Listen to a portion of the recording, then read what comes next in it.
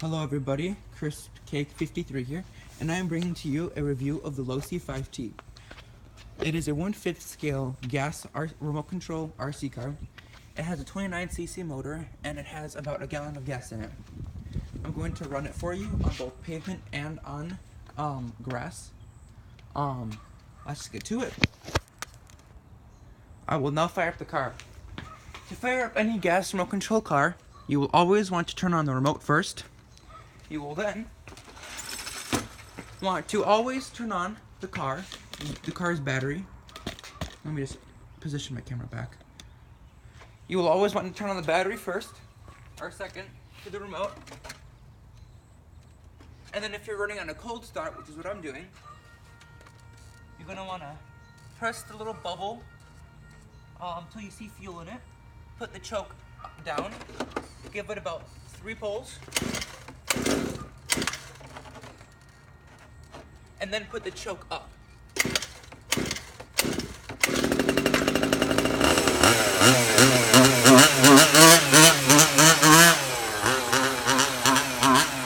It's pretty loud, as you can see.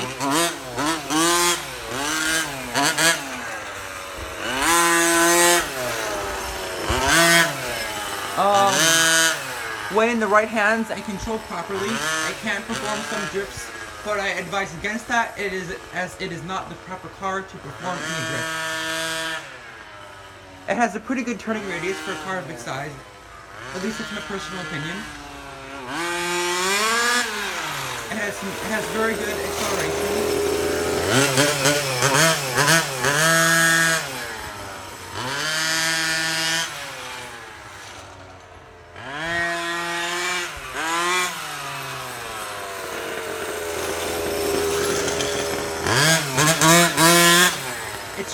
It is very simple to control. However, there's one flaw I do not like about this car. The throttle has some give to it, which is kind of annoying, but it's easy to live with. And then any part past that amount of give, and it starts to go about half speed. It has very good brakes.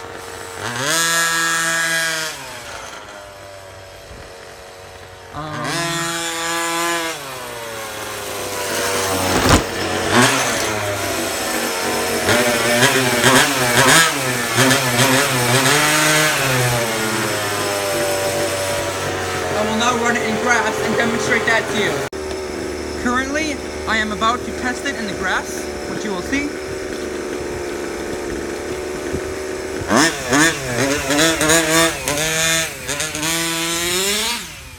It has pretty good travel in the grass, or really for any car.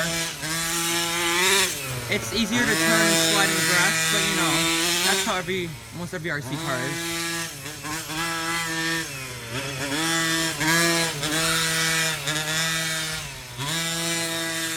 As you can see, it makes a lot of lines in the grass. It has a lot of weight to it, which allows it to push the grass down a very large amount.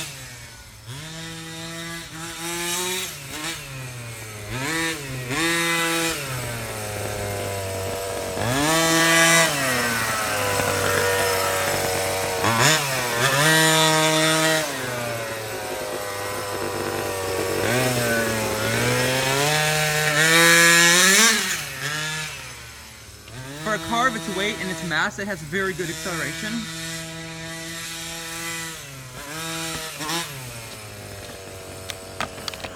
I will now show you the inside look at the car.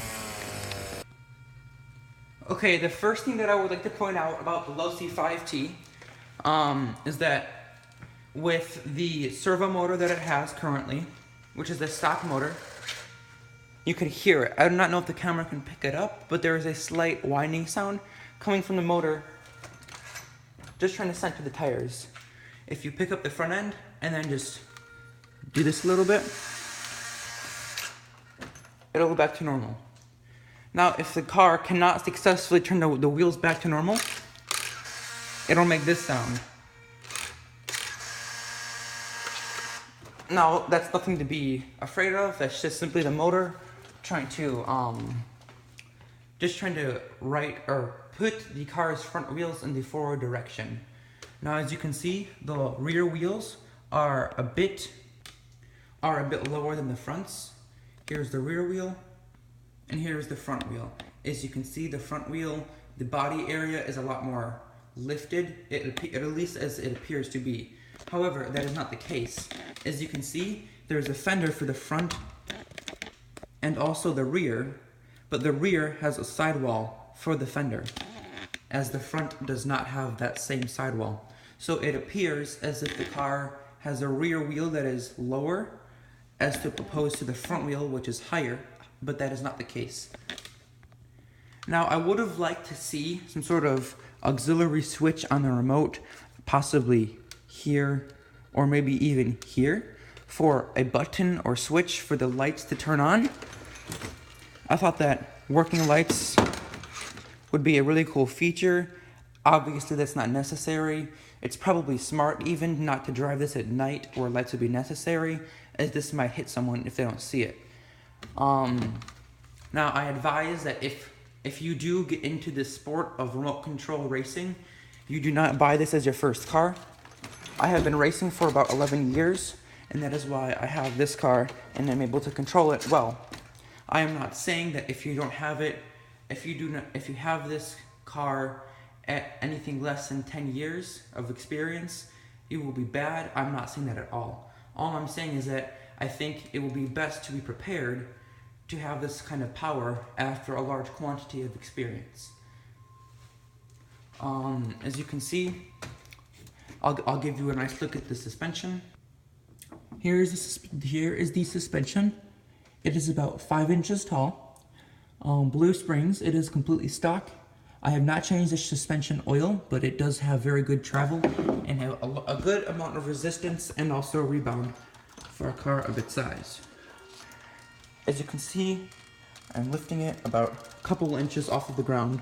However, all 4 tires, if my hand was the ground, all 4 tires would be making contact with the ground. I do not want to put the camera close to the engine as the car was just running, so I do not think that would be a smart decision. But I will give you a nice look at the inside. If this video can smash the huge goal of 12 likes, I know, crazy amount, I will give you a complete inside look at the Losi 5T. If you want other RC car reviews, I will do so. I am planning to make a heavily modded Traxxas / video, as I have my own and it is about 80 miles an hour. I'll give you a sneak peek, so if we can get 15 likes, I know, crazy amount, I'll give you a nice tutorial and a nice overlook on that slash. Here is that slash. If you guys want a look at this and want me to explain what it does and how it's able to go up to 80 miles an hour, at least that's what the box would say, if this had a box. If you want me to give you a complete inside look at all the mechanical parts and everything I've done to modify it, please smash that like button so we can get to a crazy 15 likes. Thank you for watching. I appreciate your time greatly, and I encourage you to stop by and look at my other videos. Have a great day.